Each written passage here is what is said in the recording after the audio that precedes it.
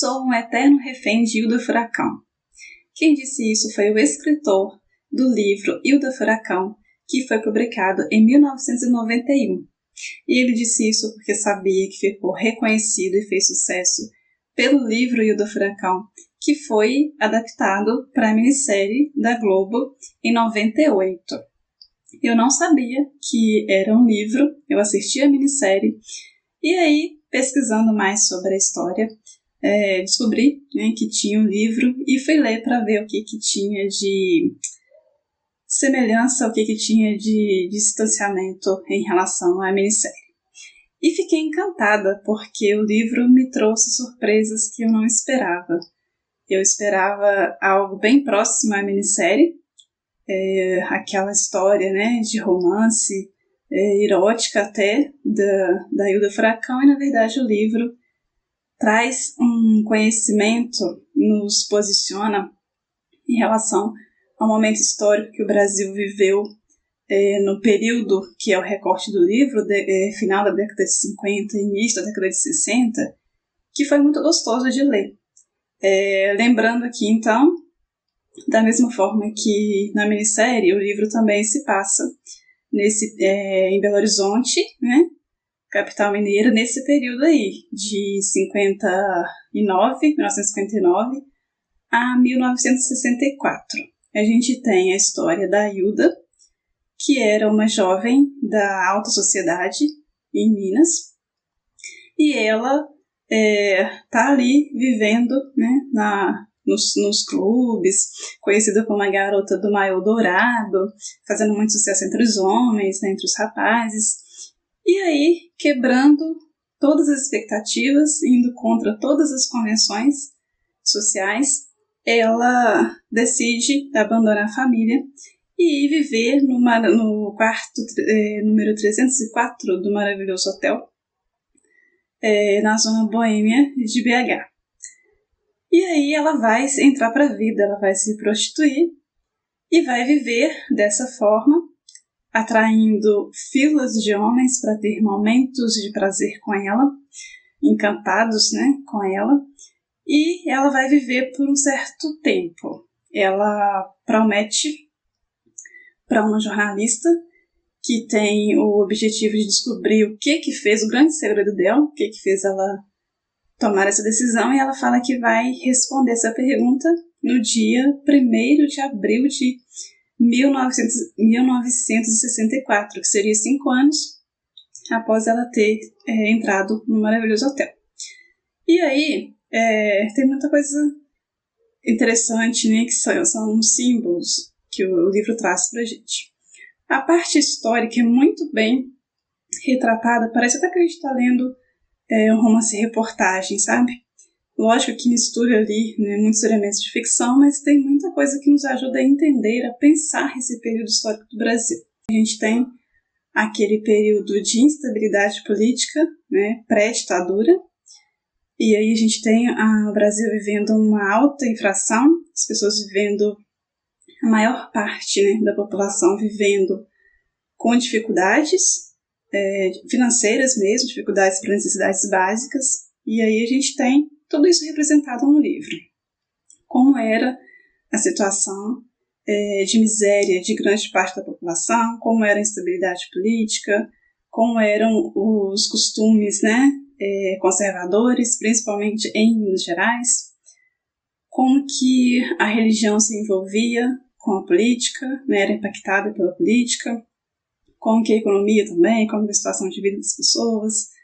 E a gente tem vários personagens ali representando, então, essas pessoas reais do Brasil.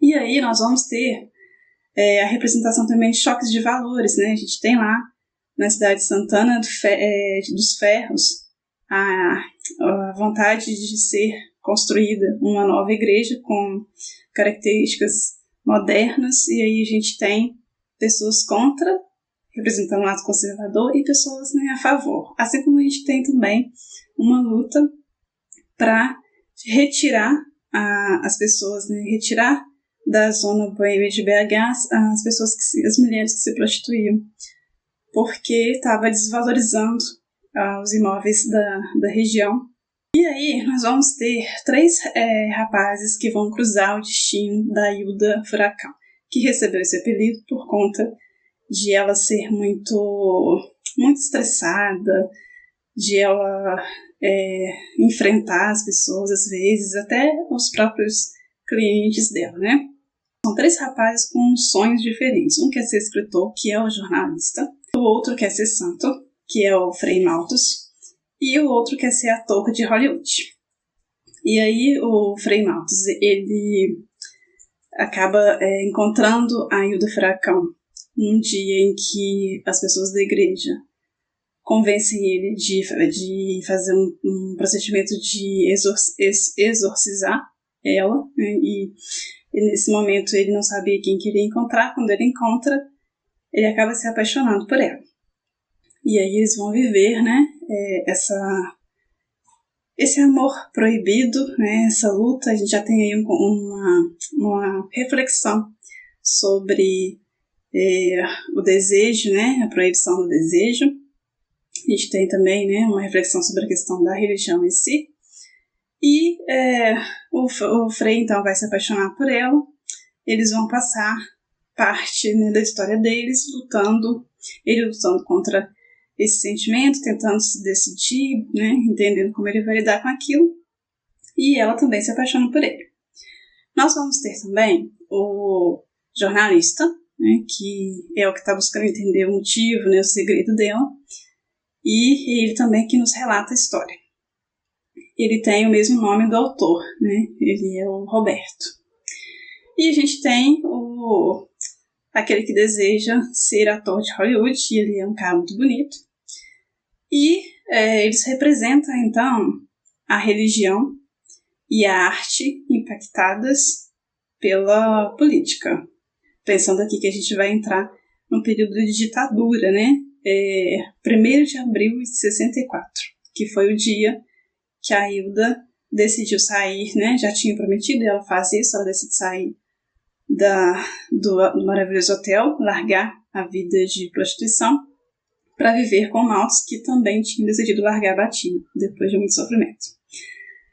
O livro não traz cenas detalhadas de romance ou de cenas eróticas deles, não. Mas o foco não é isso, né? Tem muita coisa aqui no livro que é mais...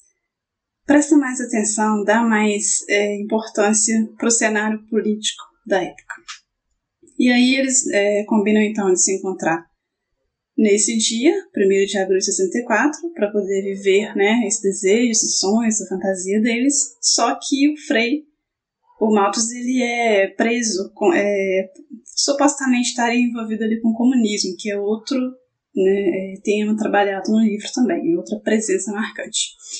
E aí, ele sendo preso, a Hilda não consegue saber o que aconteceu com ele. Então ela fica sozinha e ela acaba indo para uma fazenda dela e depois ela vai para Buenos Aires.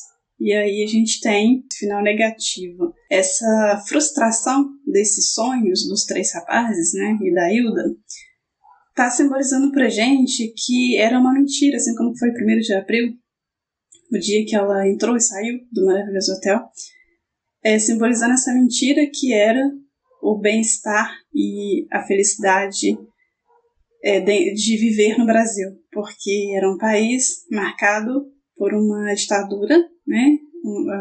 O autor está escrevendo pós-ditadura, voltando no tempo para falar de um período pré-ditadura, que ele analisa como os fatos históricos anteriores já eram uma semente para o que viria depois. E aí dizendo que não dá para ser feliz, não dá para alimentar os seus sonhos, acreditar nos seus sonhos, ter esperança, quando se vive um período em que você não tem liberdade de expressão e que as necessidades do povo não são consideradas, né, por quem está no poder. A gente tem, então, muito bem marcado, né, esses fatos históricos, e a gente tem também muito bem marcado o próprio cenário de BH, né, um estado, uma cidade, né, capital de um estado muito conservador e que não aceita o diferente, não aceita o novo. A Hilda, ela representa, na verdade, para nós, né, para o Brasil.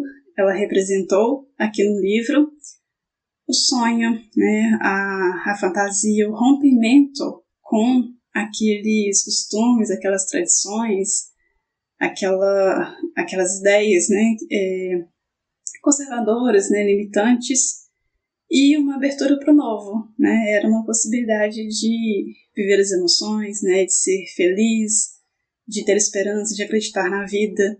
Os homens faziam filas para encontrar com a Ailda, não só porque ela era bonita, mas porque ela era diferente, né, porque ela representava esse lado acolhedor também, né, esse lado humano. O Roberto, autor, estava querendo nos mostrar o seguinte, que o Brasil não estava preparado para a democracia. E é por isso que quando, naquele dia que a Ailda sai dali, né, ela mostra também a ditadura chegando. O Brasil não estava pronto para respeitar o diferente, para tolerar o outro. E isso é uma exigência da democracia. Mostra também que a própria sociedade da época,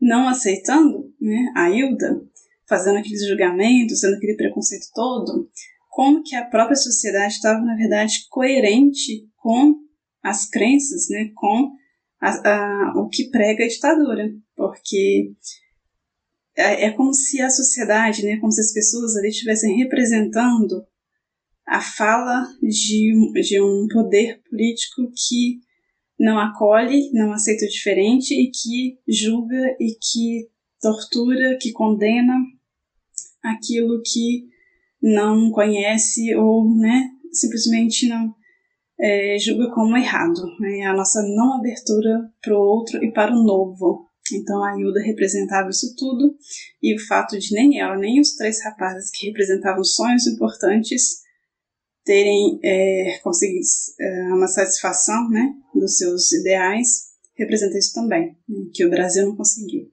que o Brasil daquele momento não estava pronto para viver, né, aquela fantasia, aquela alegria, e que tudo aquilo era uma mentira, assim como a Ailda no final diz. Se alguém perguntar por mim, né, escreva que eu fui uma mentira, né, que ela não existiu. Bom, a Ailda existiu de fato. O Roberto Drummond se inspirou, né, na história da Ailda Furacão, para poder escrever seu livro, só que pesquisando um pouquinho mais, né, a gente vê que tem muita diferença, tem muitas diferenças entre a Ailda real e a Ailda do livro, e a Ailda do livro é mais parecida com a Ailda da minissérie. A Ailda real, ela foi sim, né, uma prostituta, ela viveu em BH, só que ela não era uma garota rica da alta sociedade, como era a Ailda Furacão do livro. Ela se apaixona por um jogador de futebol, eles se casam, né, e ela vai morar em Buenos Aires, de fato, com ele. Ele foi jogador do Boca Juniors. O Paulo Valentim, esposo da Ailda, depois que para de jogar, ele se envolve com uso abusivo de álcool e vício em jogos, acaba levando a família à decadência. Eles tiveram um filho. A Ailda teve que trabalhar como faxineira e como costureira para poder sustentar a família. O Valentim, ele morre. A Ailda sofre muito, né, com essa perda, porque eles tiveram um relacionamento muito significativo para ela.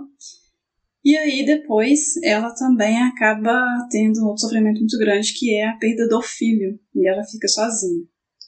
Ela vai terminar a vida dela no asilo, onde ela morre aos 83 anos, quase completando 84, e sem lembrar dessa fase de Ailda Furacão. Ela nem gostava desse apelido de Furacão, que era por ser uma pessoa muito estressada.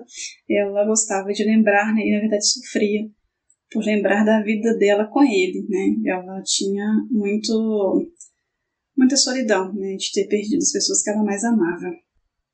Então é isso, esse livro me impactou justamente pela ênfase nos aspectos históricos, né, do período histórico, fim dos anos 50, início dos anos 60, trazendo essa questão do conteúdo político, de a gente entender como que o poder político tinha impacto na vida das pessoas diretamente, tanto na questão econômica, quanto na questão da arte, da religião, dos costumes, dos comportamentos, e de como que o sonho foi, frustrado, a esperança foi perdida com esse golpe que aconteceu em 64, que mudou completamente a vida de quem estava vivendo aquele período. Os personagens, eles são todos importantes, o livro é escrito de uma forma que o narrador, ele reconhece erros, ele mesmo se corrige, ele vai e volta, né?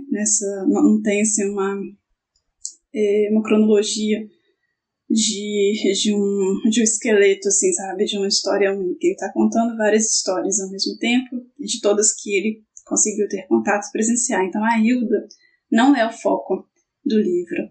A Hilda é uma personagem, né, que aparece no livro com quem o narrador, esse jornalista, teve contato, mas a gente tem outros personagens igualmente importantes, e é por isso que às vezes dá a sensação de que a Hilda do livro é muito diferente da Hilda da minissérie, porque não tem aquele foco o tempo todo nela.